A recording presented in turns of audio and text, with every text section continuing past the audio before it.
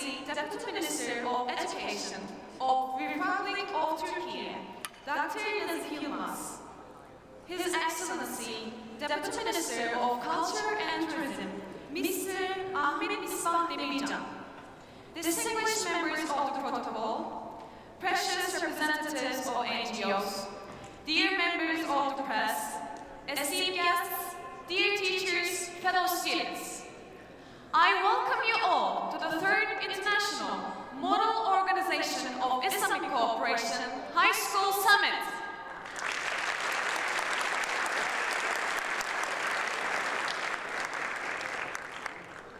Cumhurbaşkanlığı Sözcüsü Büyükelçi Profesör Doktor Sayın İbrahim Kalın, Milli Eğitim Bakan Yardımcımız Sayın Doktor Nazif Yilmaz, Kültür ve Turizm Bakan Yardımcımız Sayın Ahmet Misbah Demircan, saygıdeğer protokol, sivil toplum örgütlerinin kıymetli temsilcileri, yurt içinden ve yurt dışından programımıza gelen değerli basın mensupları, muhterem misafirlerimiz, saygıdeğer öğretmenlerimiz ve sevgili öğrenciler, 3. Uluslararası Model İslam İşbirliği Teşkilatı Liseler Zirvesi açılış programına hepiniz hoş geldiniz, sefalar getirdiniz.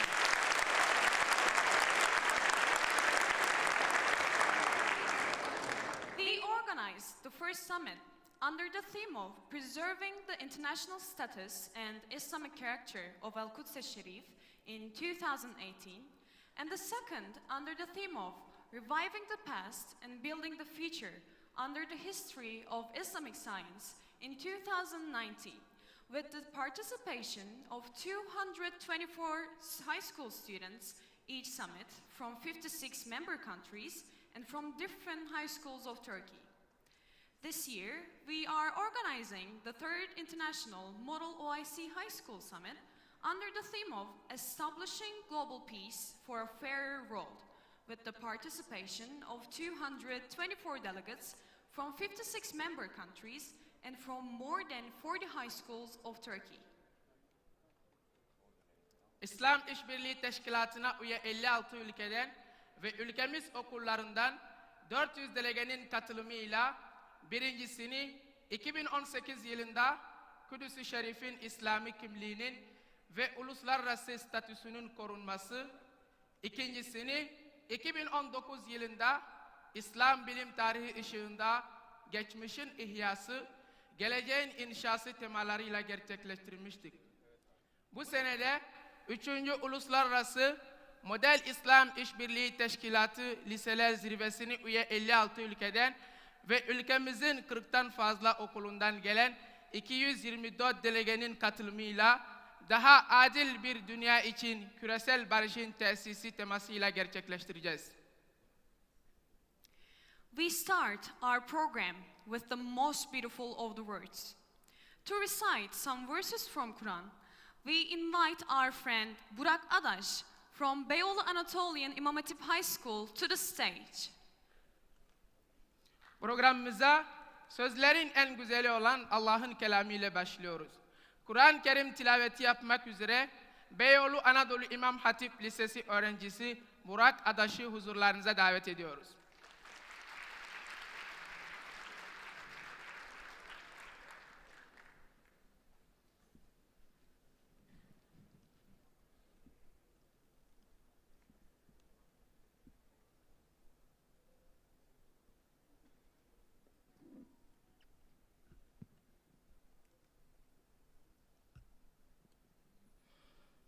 أعوذ بالله من الشيطان الرجيم بسم الله الرحمن الرحيم يا أيها الذين آمنوا اتقوا الله حق تقاته اتقوا الله حق تقاته ولا تموتن إلا وأنتم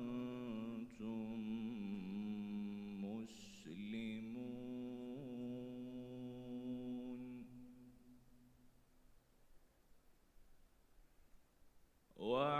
واعتصموا بحبل الله جميعا ولا تفرقوا واذكروا نعمة الله عليكم واذكروا نعمة الله عليكم إذ كنتم أعداء فألف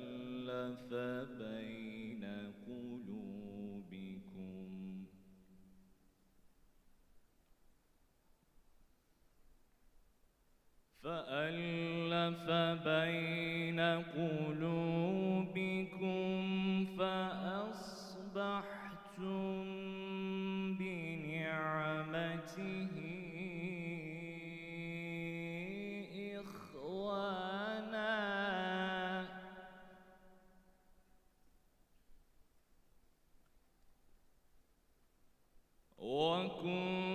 وكنتم على شفا حفرة من النار فأنقذكم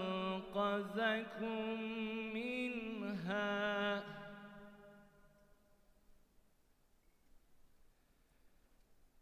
كذلك يبين الله لكم آياته لعلكم تهتدون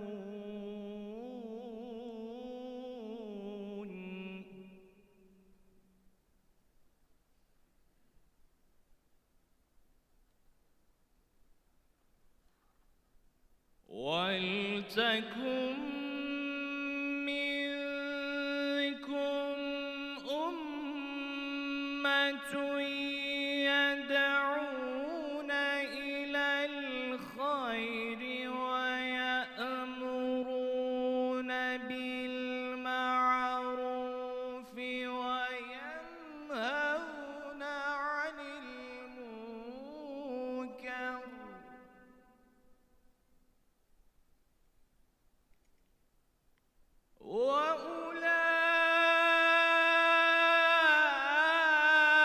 وأولئك هم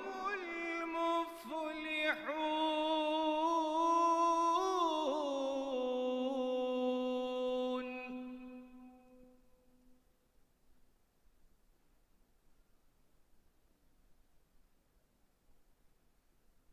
بسم الله الرحمن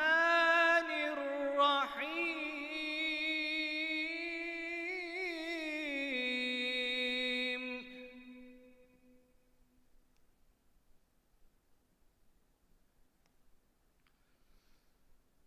يا أيها الناس إنا خلقناكم من ذكر وأنثى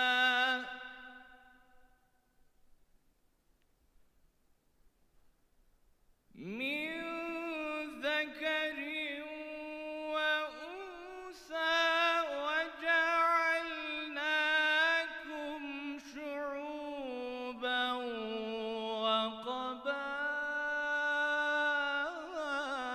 وقبائل لتعارفوا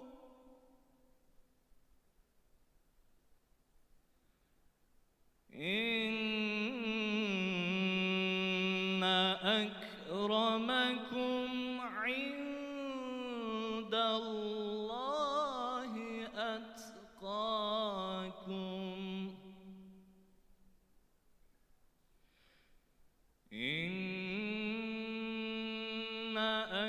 أكرمكم عند الله أتقاكم إن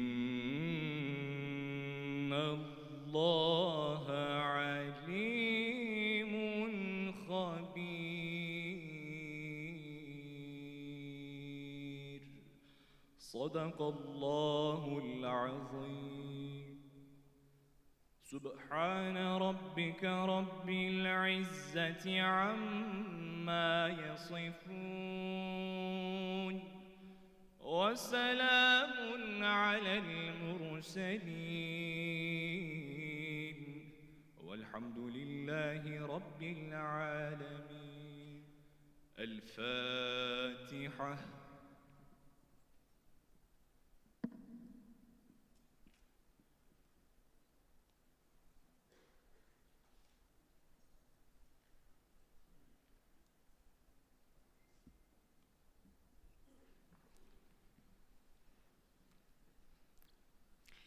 We would like to thank Burak Adaş for his recitation. Now, we invite you to a moment of silence for the beloved memories of all our martyrs, and then to sing our national anthem. Burak Adaş kardeşimize bu güzel tilaveti için çok teşekkür ediyoruz. Şimdi sizleri tüm şehitlerimizin aziz hatıraları için saygı duruşuna ve akabinde İstiklal Marşımızı okumaya davet ediyoruz.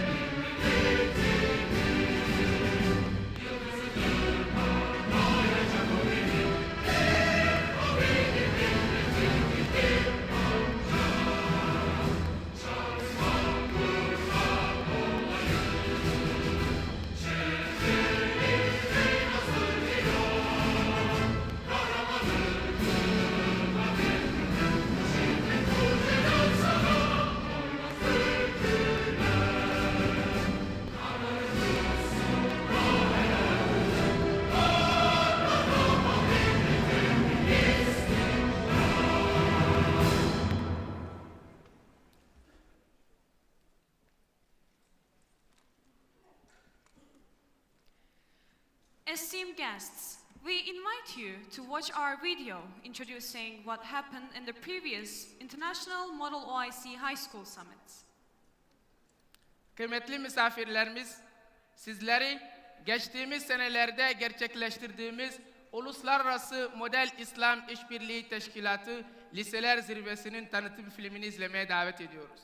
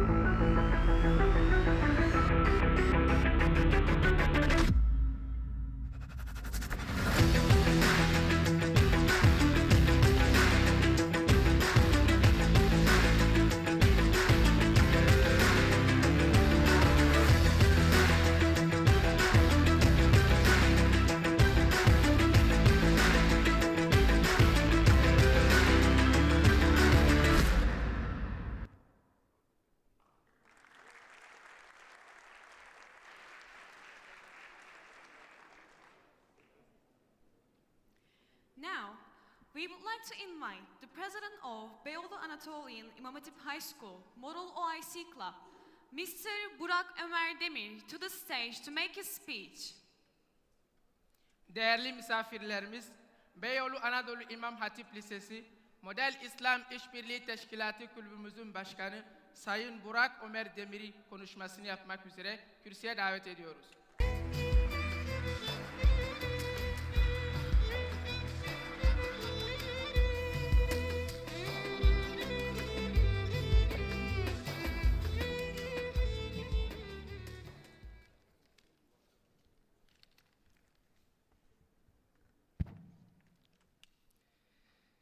His Excellency Mr. Ibrahim Kalın, Presidential Spokesperson of Republic of Turkey, His Excellency Mr. Ahmet Misbah Demircan, Deputy Minister of Culture and Tourism of Republic of Turkey, distinguished guests, honorable delegates, ladies and gentlemen, welcome to the 3rd International Model OIC High School Summit opening ceremony.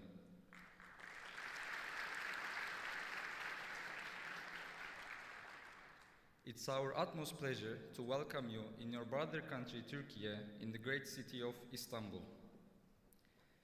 At the beginning of my speech, I would like to celebrate the past Eid al-Fitr. May Allah make it blessing for all of us and make it bring peace and brotherhood to all the Muslim world. Dear guests, International Model OIC High School Summit, which we are organizing for the 3rd year this time, was postponed due to COVID-19 pandemic at 2020. But Alhamdulillah, finally, we are here and we met at the opening ceremony of our summit as the Muslim youth from 56 different nationalities. I hope you will be able to carry out the summit together and benefit from it as a whole. Distinguished participants, I would like to explain what awaits you all during the 4-day lasting summit in a nutshell. Firstly, today, after the opening ceremony, with the participation of Mr. Yavuz Selim Kıran, Deputy Minister of Foreign Affairs of Republic of Turkey, and His Excellency Mr. Ahmet Misbah Demircan, Deputy Minister of Culture and Tourism of Republic of Turkey, will be holding our high-level panels. In our high-level panels, dear Deputy Ministers will be sharing with us their valuable experiences on the respective agenda items of each committee. Once we finish with the high-level panels, we will have a short break for Juma and lunch. Starting from today, after the lunch break and throughout the Saturday, we will be holding our committee sessions. And on Sunday, the 3rd day of our summit, as all committees will come together for the Islamic summit, we will prepare our draft resolution and adopt a resolution on each committee's respective agenda item. On Saturday and Sunday, before the breakfast, inshallah, we'll be visiting the Çamlıca Mosque and Ayasofya Grand Mosque for Fajr prayer. In addition to this, we'll be having social events such as Bosphorus tour, miniature visit, dinner at Beyoğlu İmam Hatip Lisesi, and more. We will do our best to make this summit a joyful one. And finally, on the last day of our summit, on Monday, we will be having our closing ceremony with the participation of esteemed members and esteemed guests. In the closing ceremony, we will be awarding the best and outstanding delegates, and we will be reading our Istanbul Declaration. Honorable delegates, before the summit, you worked hard for your committees, for your agenda items, and you prepared well to have a beneficial summit. And us, as the organization team, we spent a lot of work to make sure you have a great experience throughout your stay. Now we have 4 days ahead of us with opportunities for you to improve your foreign language skills, to improve your international network and your knowledge in diplomacy. What we expect from you is that you meet with your brothers and sisters coming from all around the Islamic world, participate actively in the discussions during the sessions, and please follow the directions given by our organization team. As the organization team, we assure you that we will strive and we will do our best to make sure you have a wonderful experience. At the end of my speech, I would like to thank Beyoğlu Education Culture Foundation, Islamic Cooperation Youth Forum, and Beyoğlu Anadolu İmam Hatip Lisesi, as they are the hosts of this organization. Thank you for your attention. Fi emanillah. Esselamu alaikum.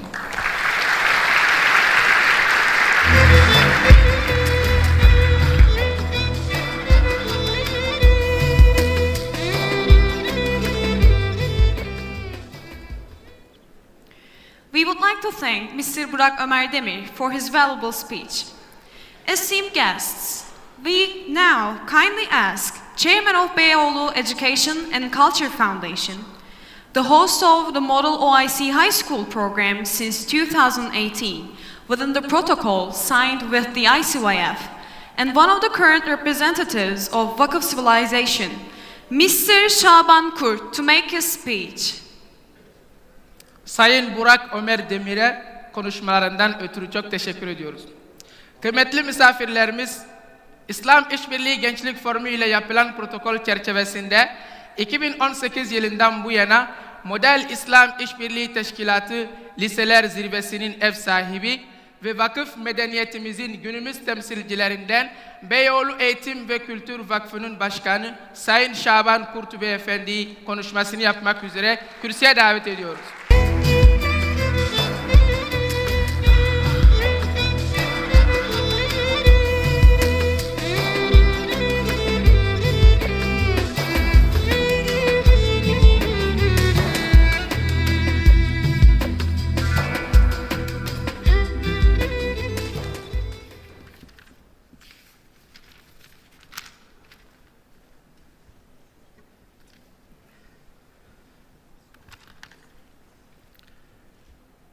Sayın Cumhurbaşkanı Başdanışmanım ve Büyükelçim, Sayın Bakan Yardımcılarım,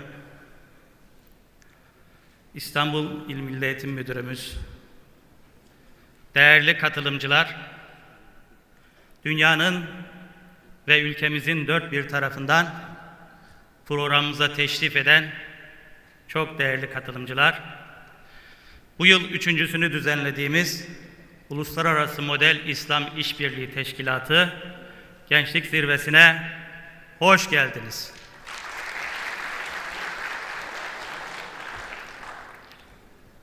İsrailli savaş karşıtı edebiyatçı yazar Amos Oz, iki tip trajedi vardır diyor. Bunlardan bir tanesi William Shakespeare trajedisi, diğeri ise Anton Çehov trajedisi. Shakespeare trajedisinde perde kapanırken sahnede bir sürü ölü vardır diyor. Başuçlarında kan gölü vardır. Çehov trajedisinde ise perde kapanırken sahnedekiler hayattadır. Ancak uzuvlarını kaybetmişlerdir.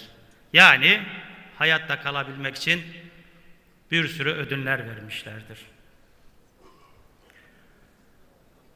Günümüzde bu iki fikrin temsilcileri ve takipçileri ne yazık ki kendileri dışındaki toplumlar ve medeniyetler için trajediden başka bir sonuç görmemekte ve düşünmemektedirler.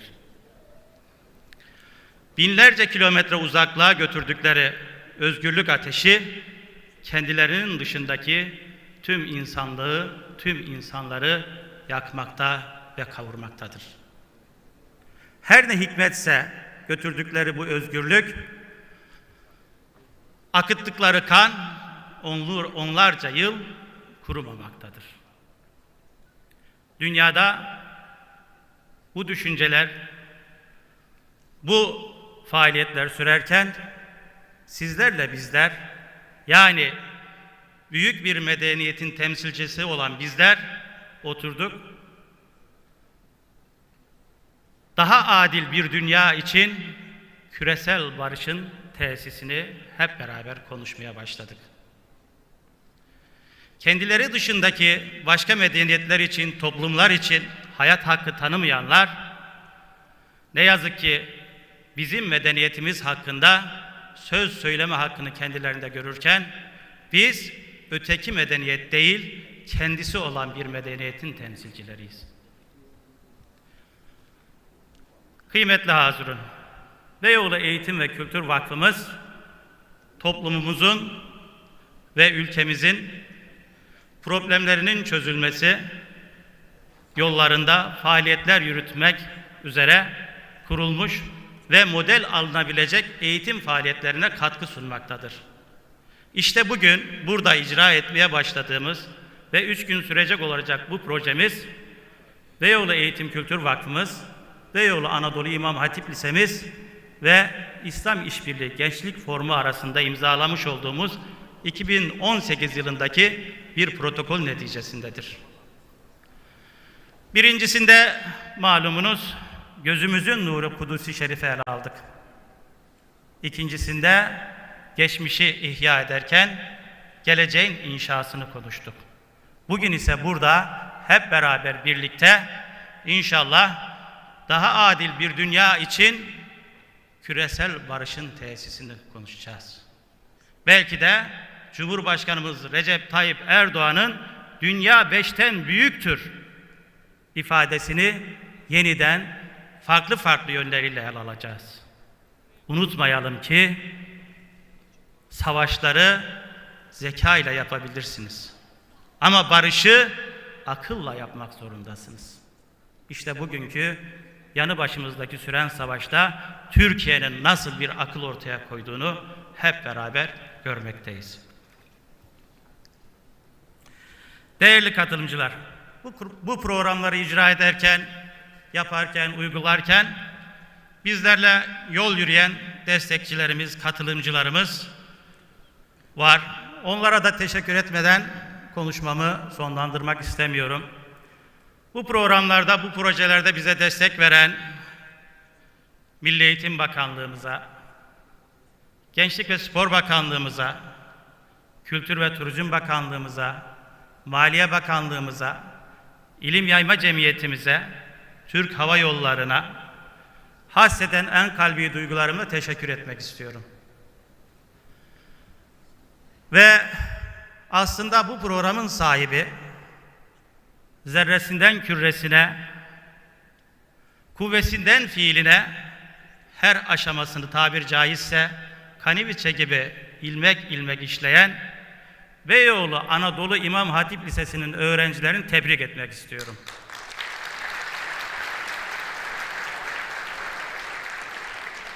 Çünkü onlar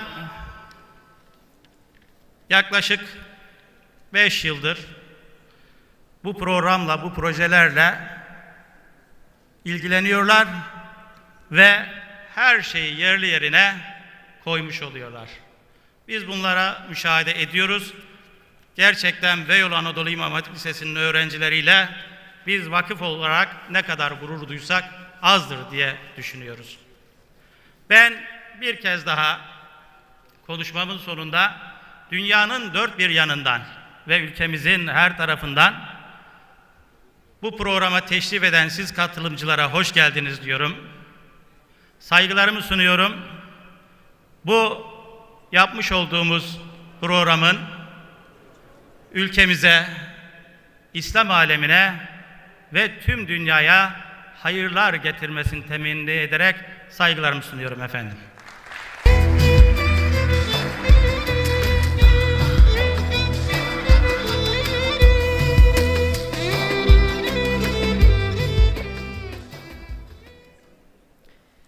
We would like to express our gratitude to Mr. Şaban Kurt, Chairman of Beyoğlu Education and Culture Foundation, for his valuable speech.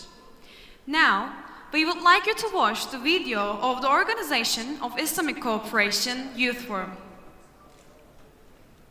Beyoğlu Eğitim ve Kültür Vakfı Başkanı Sayın Şaban Kurt Beyefendi'ye değerli konuşmalarından ötürü çok teşekkür ediyoruz. Şimdi sizleri İslam İşbirliği Teşkilatı Gençlik Forumu'nun tanıtım filmini izlemeye davet ediyoruz.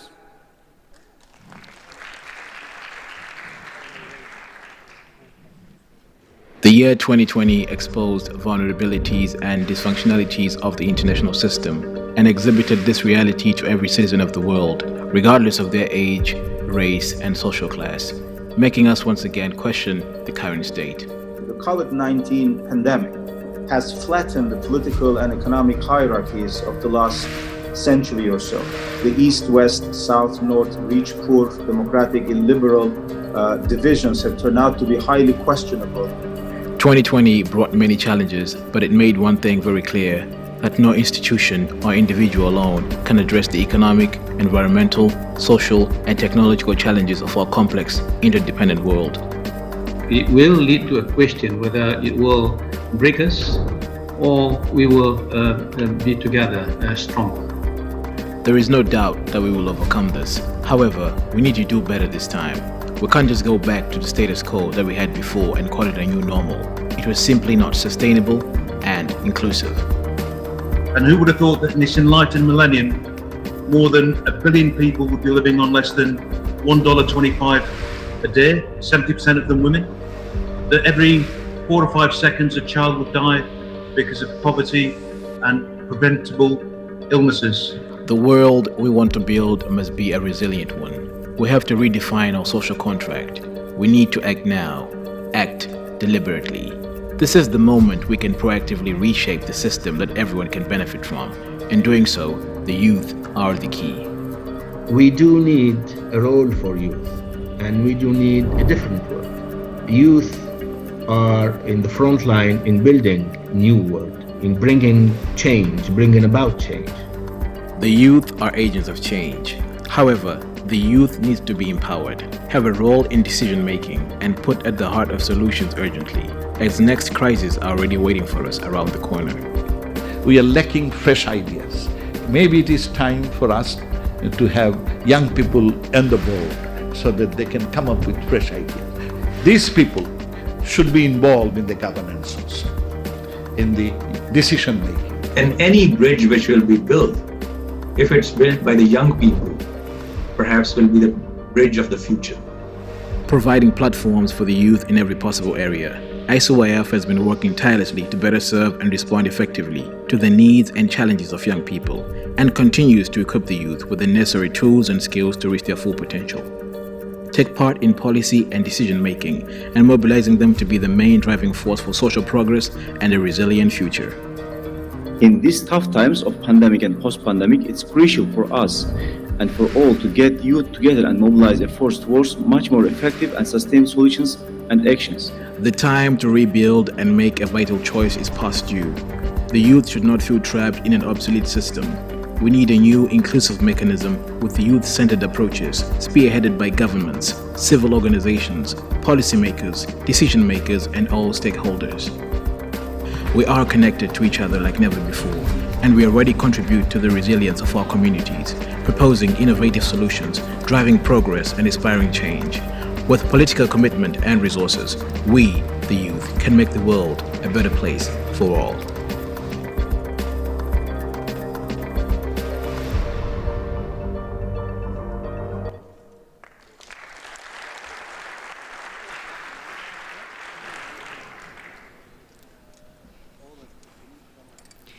We would like to invite the President of Islamic Cooperation Youth Forum, Mr. Taha Ayhan, to the stage to make his speech. Şimdi de İslam İşbirliği Gençlik Forumu Başkanı Sayın Taha Ayhan Beyefendi konuşmasını yapmak üzere kürsüye davet ediyoruz.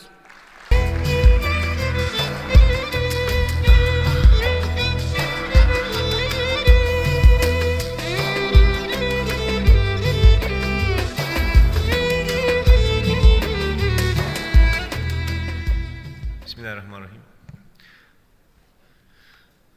Dear Excellency, Dr. Kalın, Dear Excellency, Mr. Nazif Yılmaz Bey, Dear Excellency, Mr. Ahmet Misbah Demirjan, Dear Excellencies, ladies and gentlemen, and my young fellows, dear brothers and sisters, first of all, Eid Mubarak, and may Allah Ta'ala bless you, accept your fasting and prayers in these blessed days of Shawwal. It gives me a great pleasure to greet and welcome all of you to opening ceremony of the 3rd International MOIC High School Summit held under the theme of establishing global peace for a fairer world. It is such an honor to host this summit for 224 delegates from 56 OIC member states and countries with significant Muslim communities. This makes it one of the biggest youth gatherings in the OIC region, especially after the pandemic. Alhamdulillah, I am glad with you that in addition to the international participants, we also have participants from Imam Hatip high schools from all around Turkey who can speak Arabic and English very well and who had prepared this organization from A to Z.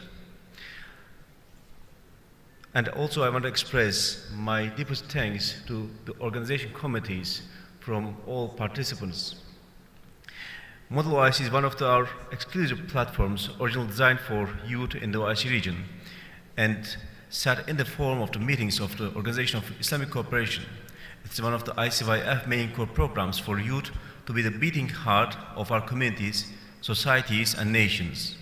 It seeks to educate participants about current trends, both in theory and practice, about international relations, conflict resolutions, mediation, effective communication, and multilateral diplomacy. The MOIC program aims to produce successful young diplomats with solid yet advanced world view, equipped with the necessary knowledge and skills, and the ability to engineer, develop, and sustain solid interrelations among Islamic countries and between OIC member states and the rest of the world. Dear Excellencies, dear ladies and gentlemen, last but not least, ICYF is fully dedicated to the empowerment of youth, providing them with all possible opportunities, building their lifelong learning skills, continuous development, and facilitating their networking, engagement, and contributions. At Islamic Cooperation Forum, ICYF, we remain committed to cooperate and work closely with our esteemed member states to better tackle many of our youth critical issues, including unemployment, health and wellness, limited access to opportunities, Islamophobia, extremism, and social exclusion, and to develop youth intellectual and leadership development, scientific and technological innovation, entrepreneurship, media, and communication, and all while staying guided by shared Islamic heritage, culture, and universal values. I'm very excited to listen to the words of His Excellency Dr. Kalın, so I will keep my speech very short, and thank you very much for coming here. And by the way, I want to avail myself to express my deepest thanks to His Excellency President Recep Tayyip Erdogan for his continuous support and belief to youth.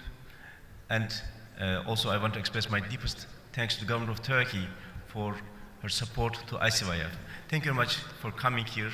Esselamu Aleyküm ve Rahmetullahi ve Berekatuhu.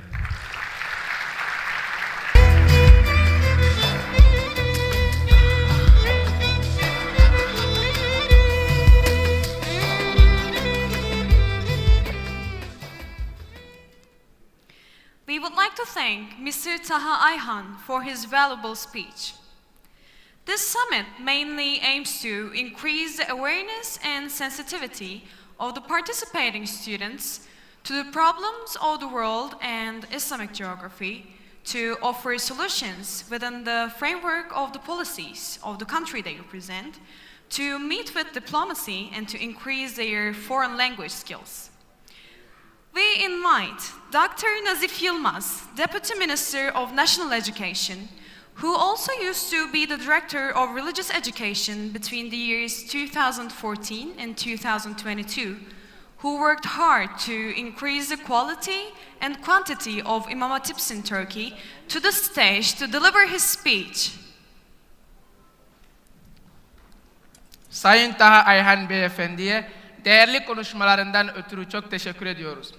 Bu proje kapsamında katılımcı öğrencilerin dünyanın ve İslam coğrafyasının sorunlarına dair farkındalık ve duyarlılıklarının artırılması, temsil ettikleri ülkelerin politikaları çerçevesinde çözüm önerileri sunabilmesi ve diplomasiyle tanışması, ayrıca yabancı dil becerilerinin artırılması amaçlanmaktadır.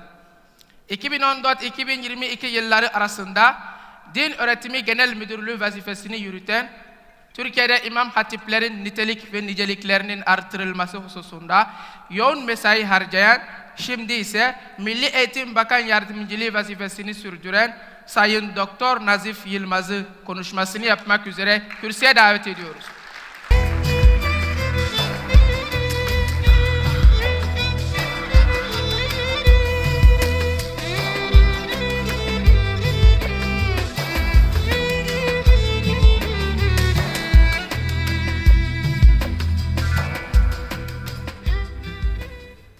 Bismillahirrahmanirrahim.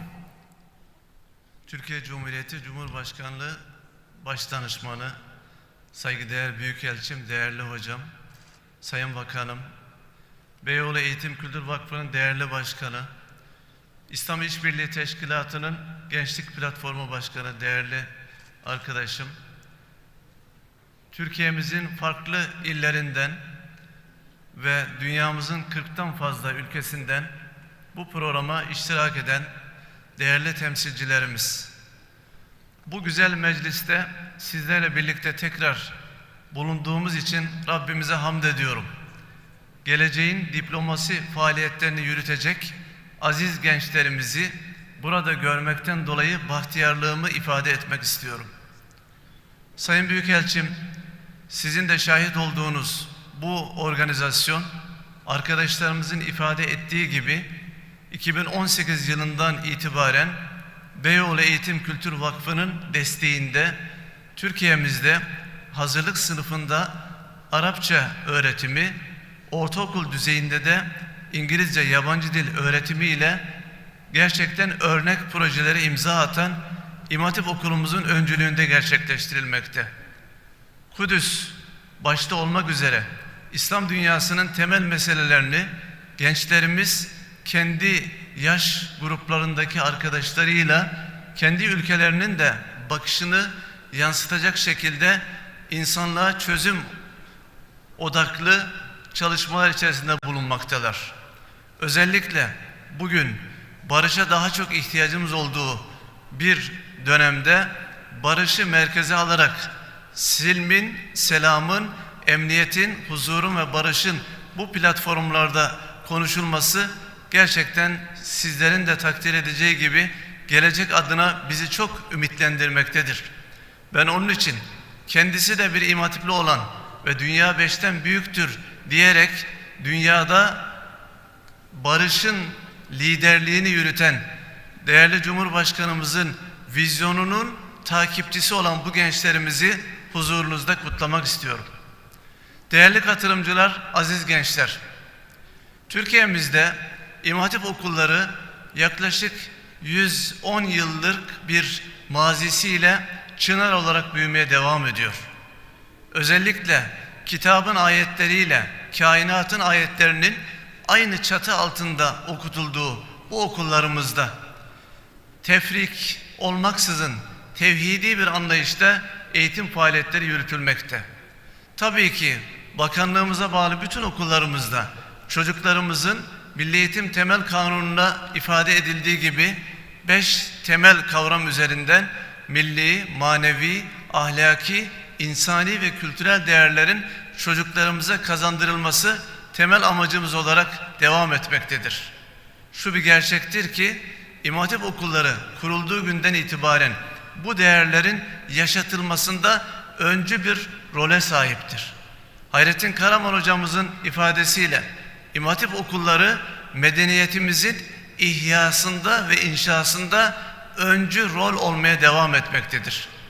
Özellikle 2016 yılından itibaren bu okullarımızda program çeşitliliğine gidilerek fen ve sosyal bilimler ve temel İslam bilimlerinin ağırlıklı olarak okutulduğu programlar. Yine bugün bu çalışmada gerçekleştirildiği gibi 9 farklı dilde hazırlık sınıfı, Almanca, Arapça, Rusça, Çince, Farsça, Fransızca ve Japonca hazırlık sınıflarıyla yolunu devam etmekte. Bundan önceki dönemlerde 6 farklı dilde münazara yarışmaları, yine model Birleşmiş Milletler uygulamaları, bu yabancı dillerde gerçekleştirilen çalışmalardan birkaç tanesine örnek olarak ifade edebiliriz. Yine son dönemlerde İmam Hatip okullarında Sayın Büyükelçimizin de sanata ilgisini bildiğim için güzel sanatlar programı uygulayan okullarımızda yoluna devam etmekte. Özellikle musiki programı uygulayan okullarımızda kadim musikimizden enstrümanlarla ney, tambur, kanun, ut, keman gibi enstrümanlar ve Türk halk müziği, Türk tasavvuf musikisi ve Türk sanat müziğini icra eden gençlerimiz.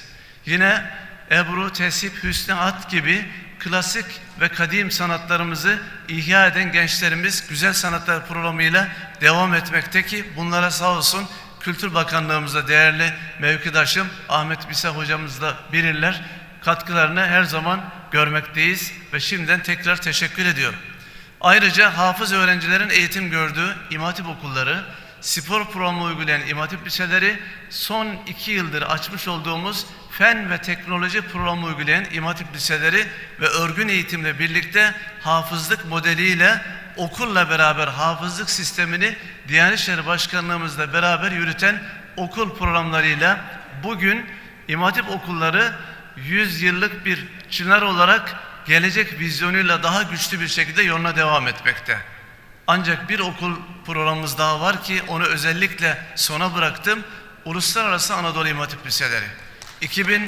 2006 yılından itibaren yoluna devam eden ve bugün Türkiye'mizde 17 okulumuzda 1528 öğrenci 94 ülkeden eğitimlerine Türkiye Diyanet Vakfı ile birlikte işbirliğimizde devam etmektedir.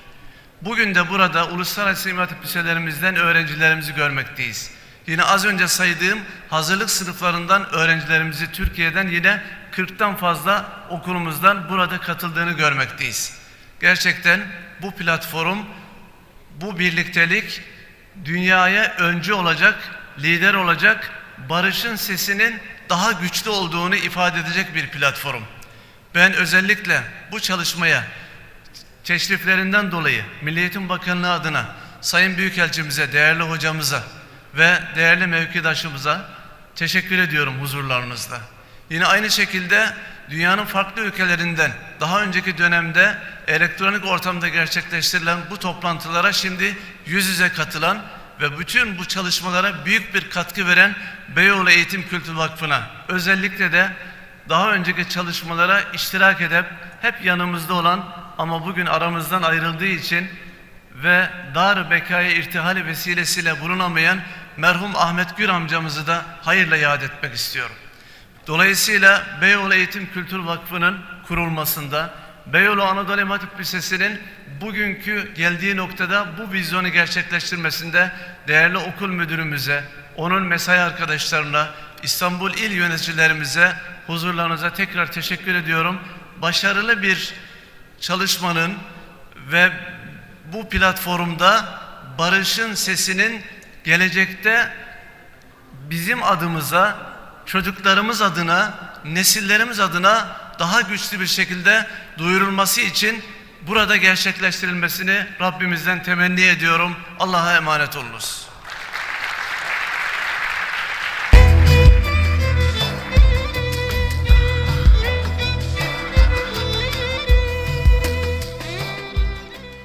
We would like to express our gratitude to Dr. Nazif Yilmaz for his speech and valuable services, and we kindly ask him to stay at the stage for a few more minutes for gift presentation. We kindly invite Mr. Şaban Kurt, Chairman of Beyoğlu Education and Culture Foundation, to present his gift to Dr. Nazif Yilmaz. Konuşmalarından ve değerli hizmetlerinden ötürü Sayın Doktor Nazif Yılmaz'a şükranlarımızı sunuyoruz. Kendisini hediye takdimi için bir süre daha sahnede tutmak istiyoruz. Nazif Yılmaz Beyefendi'ye hediyelerini takdim etmek üzere Beyoğlu Eğitim ve Kültür Vakfı Başkanı Sayın Şaban Kurtu Beyefendi'yi kürsüye davet ediyoruz.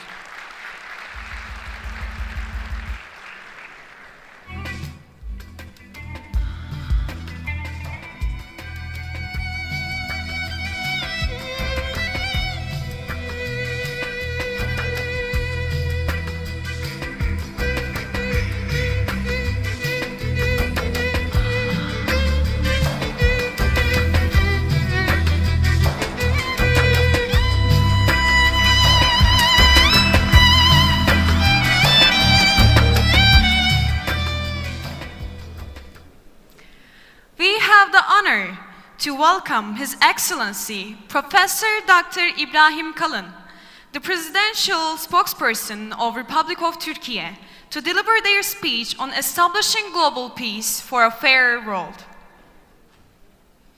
Cumhurbaşkanlığı Sözcüsü Büyükelçi Profesör Doktor Sayın İbrahim Kalın'ı daha adil bir dünya için küresel barışın tesisi temalı konuşmalarını yapmak üzere kürsüye teşriflerini arz ederiz.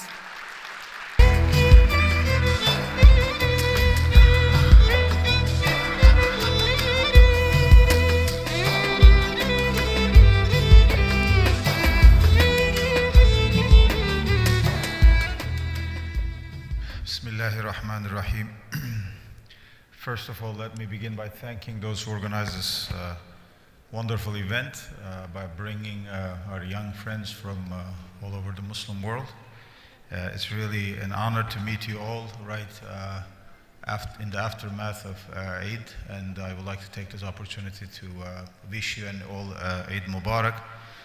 This is an Eid celebration that we all deserve to celebrate, as we have fasted in the month of Ramadan, shown discipline, dedication to what we believe, to what we hold dear in our hearts, in our minds. Of course, these are trying times, difficult times, but they should never dampen our soul. No matter what happens, what catastrophe or evil or unfortunate events happen in the world, we have to keep going. And we have to keep the hope alive. And Eid is a wonderful occasion for us to celebrate the inner beauty of our faith and the connection of the community and what it means to build something together, to have something nourish us from within as a community. So, Eid Mubarak again to you all. And I want to thank Beyoğlu Anadolu İmam Hatip High School and those who really put their time and effort into making this event possible.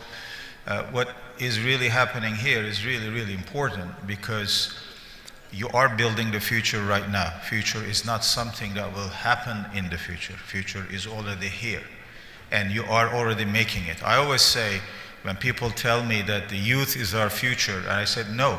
That's a wrong statement. The future is our present day. They are here present, because in the future they will no longer be the young people. They will be old like us. They are our present. In fact, they are our present, they are our future. And you are building this future. And I'll come back to this issue, what it means to build the future now, because future is already here. With modern science and technology, virtual reality, enhanced reality, social media, and all the interconnections that are happening in the world, the future is already here. The fact that you have come together from 50 plus different Muslim countries to discuss the issues at hand on world affairs, in fact, that in itself is a proof of the fact that you are already having an impact on policy making at a global level. The fact that we are all here, we are here to listen to you, we are here to listen to your ideas, and you are here to exchange views and ideas about what it means to live in the world in which we all live together. That is already a sign that in fact you are having an impact on the way things should be run in the world. Of course, this is a world order which is not producing justice. It is an order in which injustice, poverty, insecurity are spreading, and it's creating stress, chaos. insecurity, uncertainty, despair, hopelessness for all people from east to west, from south to north. This is a world system that has failed over and over again, the poor and the oppressed. This is a world order that has not lived up to the standards of fairness, justice, honesty, equality, humanity, and human dignity. This order must change. We have to establish a new global order. How to do it is the key question. How to do it with justice, with peace, with wisdom, with reason, with determination is the key question. Answer to chaos, insecurity is not war. War is never a solution in and of itself.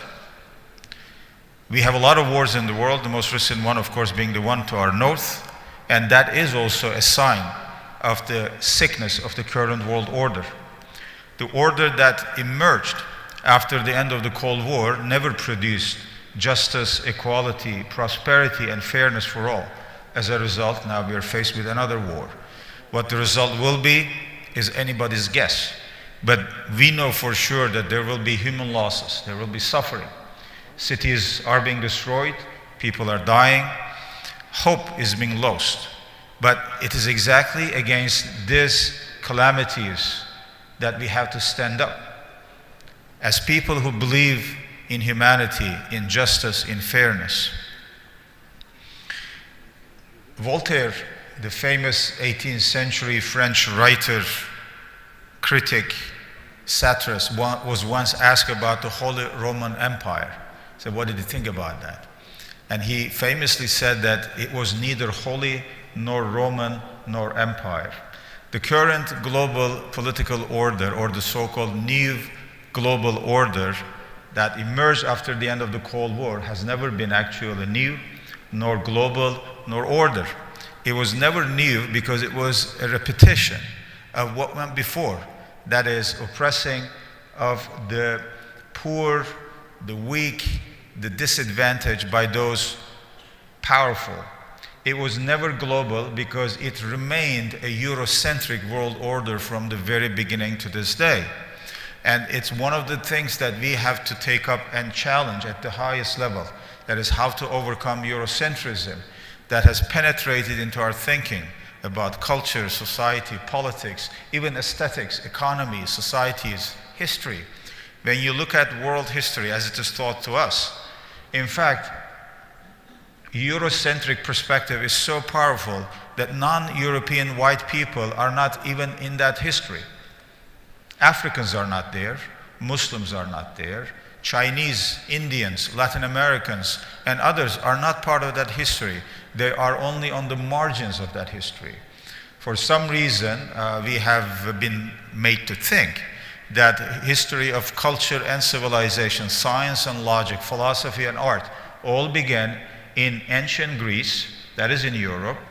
It developed there, and then it traveled to the Muslim world for maybe a couple of centuries or 3-4 centuries. Muslims preserved that culture and then gave it back to Europe. Therefore, the march of history still runs through European veins. It is this Eurocentric perspective, Eurocentric understanding of culture and history that has stripped millions and millions of people of their sense of agency, sense of subjectivity, who they are, sense of where they belong in history for too long. It's time to overcome that Eurocentric concept of history, culture, and society. When it comes to order, the new so-called the new global order was actually never an order because it really never produced fairness, justice, prosperity, peace, and equality for all. So the key question, which I'm sure you will be taking up over the next couple of days, is the question of justice. As the title of your meeting suggests, a fairer world, a world in which there more justice, more fairness is possible. That brings us to the basic question of what justice is. Justice, one of the key terms in the Islamic intellectual and political tradition, means both literally and conceptually putting everything in its proper place. Justice is to put everything in its proper place. In the larger scheme of things, justice applies to everything from the cosmos and nature to politics and economy, to human relations as well as to relations between man and God. Without justice, there will be only chaos and disorder. Without justice, there will be no sustainable peace. If you talk about the Palestinian question, the occupation of our lands, Jerusalem, Masjid al-Aqsa, there will never be sustainable peace without justice. A peace, a political solution that is not based on justice in the widest and deepest sense of the term will never be practicable, will never be applicable, will never be sustainable, because it will lack the key element of justice. When you talk about any other conflict in Africa, in Latin America, or in the current Ukrainian war, without justice, there will never be a sustainable peace. Putting everything in its proper place means an understanding, a knowledge of where things belong, where nature belongs to, where we as humans belong in that natural order, in that cosmological order, if you like. And remember, justice is one of the divine names. In the Islamic tradition, justice is never addressed only as a socio-political concept. It has deep metaphysical, religious, cosmological roots and foundations. As one of the names of God, God is just. Therefore, man must be just. The world has been created based on justice. Therefore, man's actions must be based on justice. And if there is no justice in our own actions, in our own interactions with other human beings, with the world of nature, of which we are only a part, and with the Creator who made all this possible, there will never be an inner peace. There will never be a repose, a tranquility, a sense of belonging, a sense of who we are, understanding what we are supposed to do in this world. What is the purpose of our journey in this world? Without that concept, deep understanding of justice, we will never make peace with the world of nature. We may have the most advanced, latest technological devices at our hand, but we will never make peace with the world of nature. We will continue to think that we are at war with the world of nature. We are at war with other human beings or cultures or societies or history. In fact, we will make to believe, without justice, that we are at war with ourselves. Without ending that war within ourselves, we will never be able to establish justice in the world. Because without inner peace and justice, you cannot establish peace and justice in the outer world. That requires a deep search within our own souls. How to apply justice within ourselves. How to be just to ourselves. How to be fair and just to ourselves and by extension to the rest of creation. These are the key questions of any discussion of justice. The current world order fails to produce justice because deep down the very notion of justice has been sacrificed to profit, to pleasure, to the artificial hierarchies of the hypermodernity from which we all suffer. The very key concept of justice has been relegated to only a socio-economic formulation. We think that by applying certain quantitative models, we will be able to establish justice in the world. It doesn't work like that. Justice means putting everything in its proper place and giving everything its due. What you are owed, what you are due in this world determines the extent to which you receive justice. And that requires an understanding of the order of things and where each thing belongs and what is everything's due. If you know that it is the due of nature to be protected, it is the due of other human beings to be respected, and it is the due of the Creator to be worshipped and placed above everything else, above our own egos, above our own short-term interests, then we may begin to have an understanding of what justice is. And then as, say, political actors, as individuals, as artists, as scholars, as thinkers, as religious leaders, community leaders, then we will be able to establish justice within our souls, within our communities, within our nations, within our world.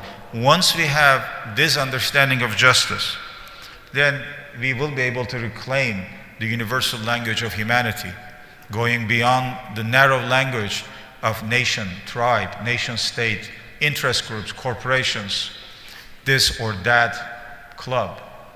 We will reach that level of universality that will bring us a perspective on what it means to establish justice on a global scale.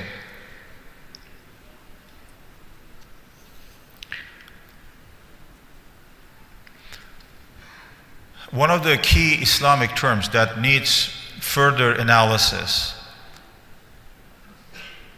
understanding, is something that we think we all know. Concept of Tawheed, which we usually translate as divine unity. And we tend to limit it only to the divine. God is one. Therefore, divine unity, Tawheed, relates only to religious, theological issues. But unity also means connectivity. It also means that everything is connected to one another. In the presentation here, we saw a couple of very nice sentences about connectivity and interconnectivity. The last couple of days, the corona pandemic has shown once again how fragile we are when we are disconnected from one another, when we fail to establish the deeper inner connection that brings us as humans together and gives us strength. Connectivity or interconnectivity is what Tawheed also implies in our interactions with other human beings, with the world of nature, with the world of politics, economy, and other things. It's only through that connection, that connectivity, that we can understand. That is through a holistic perspective that we can make sense of the events of the world. It's only through that kind of a deeper understanding of Tawheed as the interconnectedness of everything that we can make a contribution, not only just to our own tribe, nation or nation state, but to all humanity. It's only through that awareness that we can reclaim our mission as bearers, as vanguards of peace and justice for all, not just for myself, but for all of us. Talk about security. Human security is extremely important. In the years to come, especially after the Ukraine war, cyber security, food security, energy security will be even more crucial. And we will all have to make plans to make sure that we are safe, we are protected from the impacts of the insecurity of food, energy, cyber security, and other areas. There will be other wars, unfortunately, and we will have to be prepared. But how to prepare ourselves from a security point of view also means a deeper, or requires a deeper understanding of what justice means and what also interconnectedness, Tawheed, means, what holistic thinking means. Because we live in a world in which none of us is secure until all of us are secure. None of us is safe until all of us are safe. And that means peace, justice, and security and safety for all. If you do it only for one group of people, for one region of the world, then we will fail in our mission to bring about justice and peace for all. There are two important constants or invariables that I believe should be part of your analysis over the next few days. As you analyze everything from the Ukrainian war to Africa, from global injustices to the impact of pandemic, from the Palestinian question to the war in Yemen and other places, two important constants or invariables that will help you conceptualize your ideas, your policy recommendations in a more systematic manner. Again, these are concepts we are familiar with, but they require, again, further thinking, a deeper understanding. They are simply time and space. Translated into a disciplinary language, they mean history and geography. How you understand your history and geography shapes your politics, your future vision. If you don't have a proper understanding of history, and I mean history in the widest sense of the term, I don't mean the last 10 years, 50 years, or 100 years. I mean the history of humanity as a whole. And if you don't have a proper understanding of geography, where you belong in the world, and I mean by geography in the widest sense of the term, where human beings make a home for themselves, not just any place, not just any country, where you belong at home, you feel at home, where you feel like, I have turned this house into a home. I have turned this piece of land into a homeland. I have turned this part of the world into a habitat for myself, where I live with other human beings, because home means not just your own place, but a place for other beings too, where you share. Time and space, history and geography, they must be guiding principles of your thinking on any issue. Current global affairs, historical issues, interdisciplinary issues, anything you can imagine, from politics to culture, from art to economics and other areas. History can teach you a lot. After you study, someone who has humbly studied history a little bit, I had my BA in history in Istanbul University, I've come to the conclusion that yes, history repeats itself because human beings keep repeating the same mistakes. If we make history and we make history repeat itself, if we draw lessons, if we learn from our past mistakes, but also from our past successes, then we can build a better future. History is never about events that happen in the past. History is always about today and the future, because history teaches you, shows you how to make sense of your present, and then how to build a future for yourself and for other human beings. When you study history from an interdisciplinary point of view, you begin to see yourself within that larger picture. You don't replace Eurocentrism with another ethnocentrism, because alternative to Orientalism, the Western study of Islam in the 18th, 19th centuries, cannot be Occidentalism. That is Orientalism in reverse. We have to overcome both ideologies. The Orientalists were wrong to think about the Muslim world, about Muslim culture and society in terms of fixed identities, fixed histories, fixed geographies. And they thought about the Muslim world through stereotypes that they themselves established in their European capitals. Some of them did a lot of good work. They should be commended for that, and they should be acknowledged. Some Orientalists produce some very important works on Islamic culture and history. They should not be denied. But their understanding of the living Islamic tradition was very limited to the overall social political ideology of 19th century Europe. Now, Orientalizing the Orient, as Edward Said once said, was in fact the leitmotif of the entire enterprise of Orientalism. That is, making the East more mysterious, more mystical, more liturgical than it was. That was the mission of Orientalism in many different aspects of its history. But the alternative to Orientalism cannot be an Occidentalism. That is, we repeat the same mistakes that European scholars, Orientalists, made in regards to our own culture. I shouldn't be studying European culture, French culture, German culture, or British culture in the way an Orientalist studied, say, Muslim culture, Arab culture, Turkish or African Islam. If I repeat the same mistake with the sense of taking revenge from history, then in fact I will be hurting myself. So we have to overcome both Orientalism and Occidentalism and their different variations. That means a deeper, a wider, a more profound understanding of history.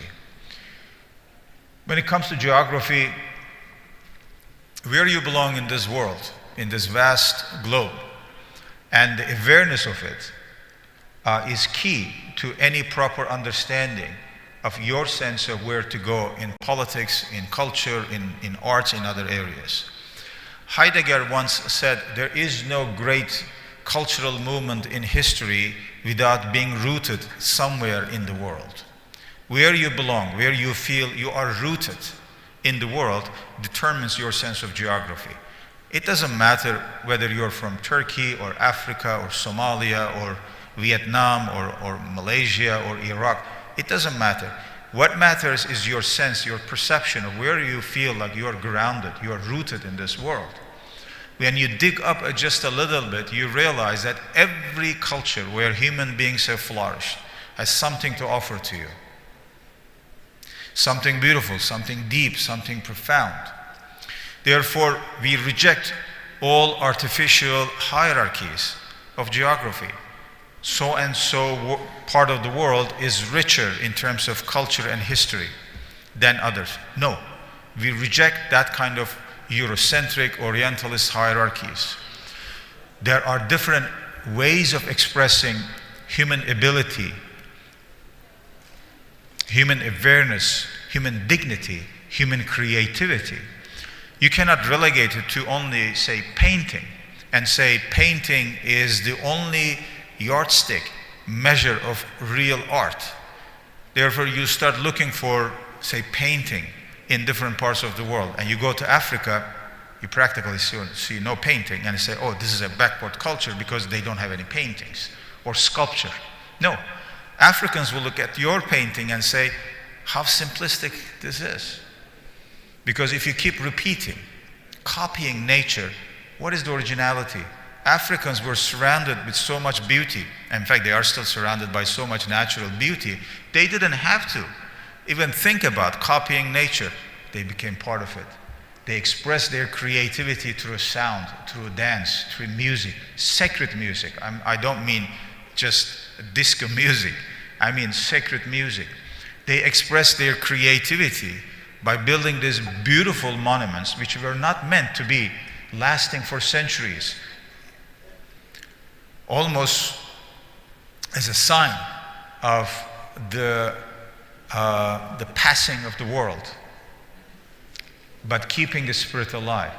You go to India, you are presented with a whole different concept of human creativity. It takes very different forms, different colors, different shapes, different images. You go to China, you go to Latin America, you find different expressions of human creativity. Geography means that you keep exploring all these different possibilities.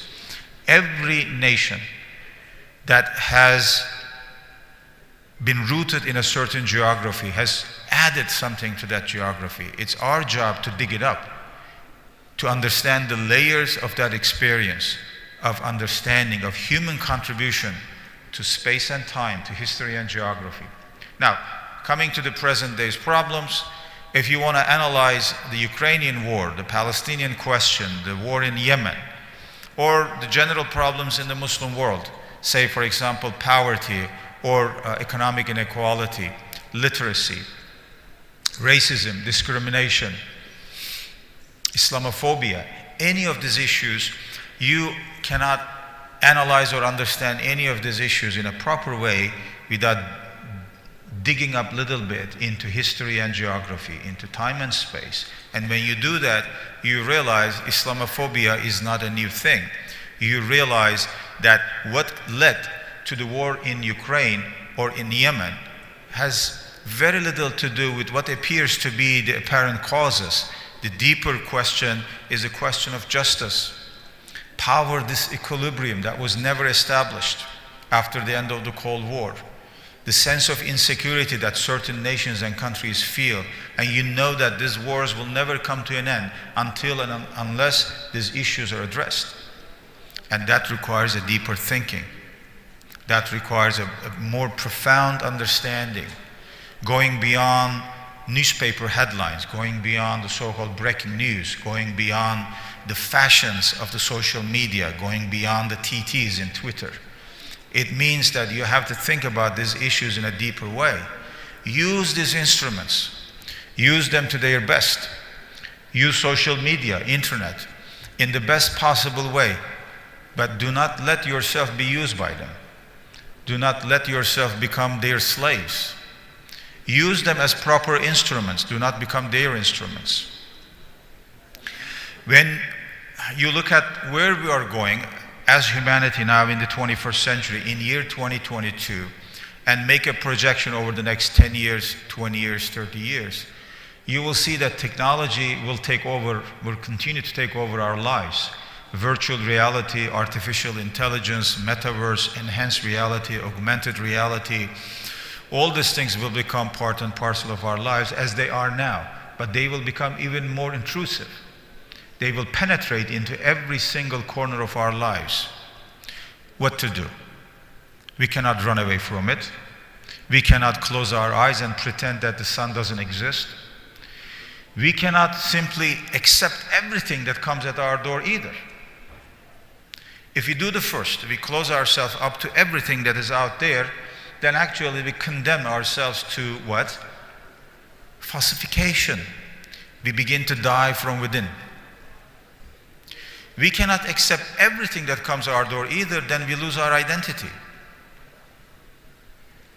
There has to be a conscious, a deliberate understanding of these changes and how, in fact, to shape the course of change as we go through this process. What will be the ethics of the virtual world and artificial intelligence today or in 10 years or in 20 years? When machines will begin to run our lives more and more on a daily basis, on an hourly basis, as they are in fact doing so partly today. What kind of a moral code or code of conduct we will have to develop? What kind of technologies do we need? What kind of technologies we should develop or we should not develop? These are the key questions that require answers from us. We don't expect others to answer them for us. We have to answer those questions ourselves. What we need, what we desire. The difference between the two will be key for any decision we make for our own futures.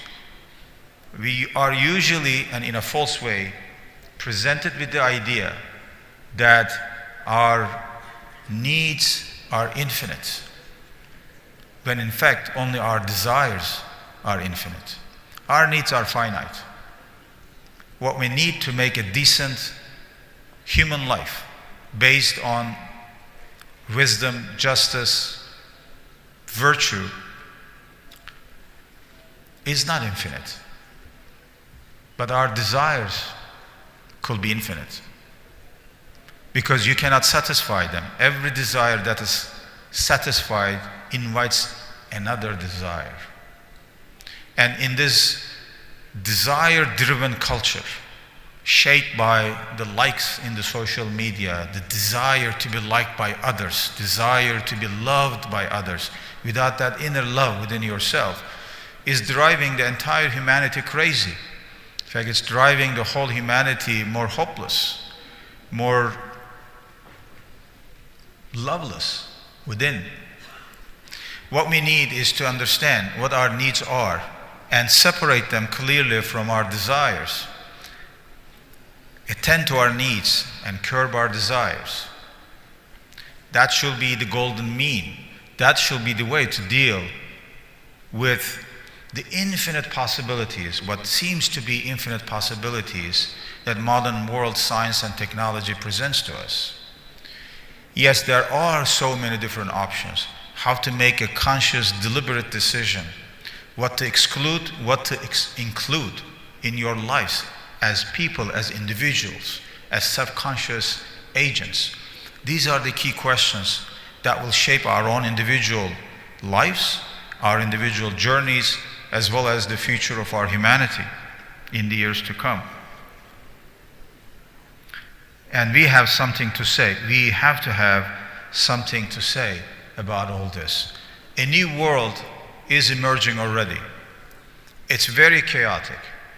Nobody, no single actor or center or country or agent or institution can determine what that new world will be. There are so many countervailing forces pulling it in different directions. It will continue to be like this. There will be chaos, there will be insecurity, there will be uncertainty. How to sail through these uncertain times and difficult times is in fact the burden or maybe the blessing of our generation and your generation. How to prepare ourselves for this arduous journey is the key thing you will have to look for in your own education as you prepare yourself for university education, college education, and then your own personal careers and inshallah successful careers in the years to come.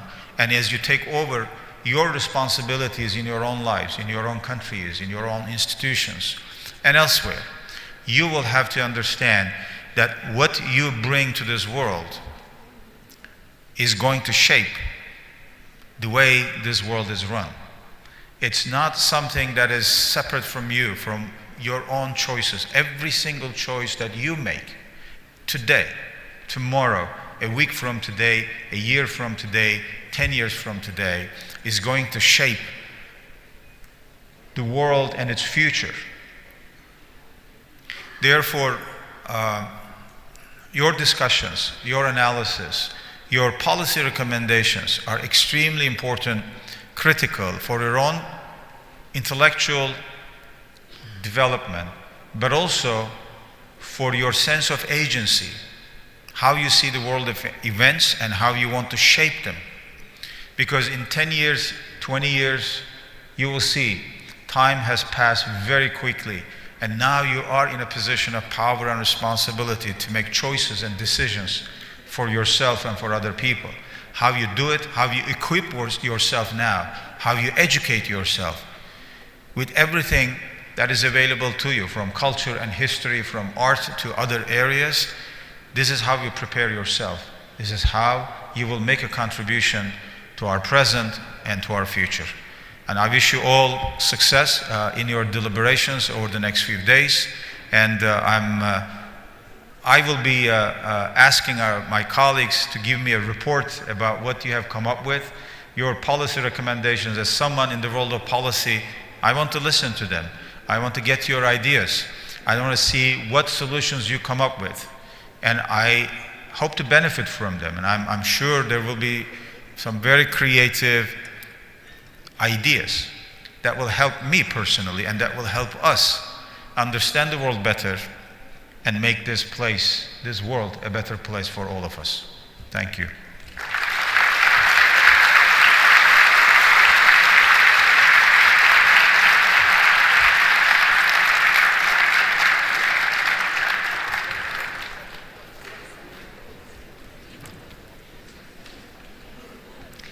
We would like to thank His Excellency Professor Dr. Ibrahim Kalın for their valuable speech and taking their time in attending our summit.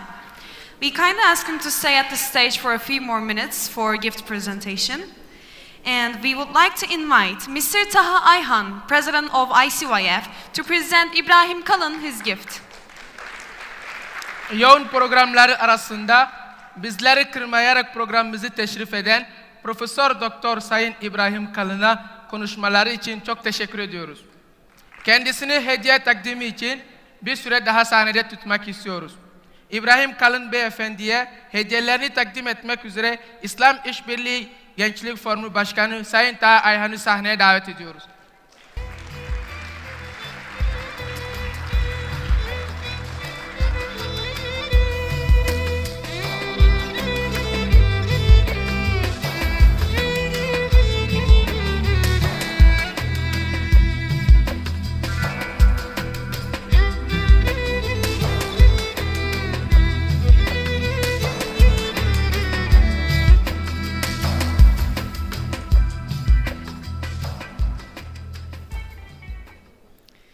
Dear guests, now we invite you to take a short break of 15 minutes before moving on to the high-level panel. And dear delegates, you can take simultaneous interpretation headphones by giving your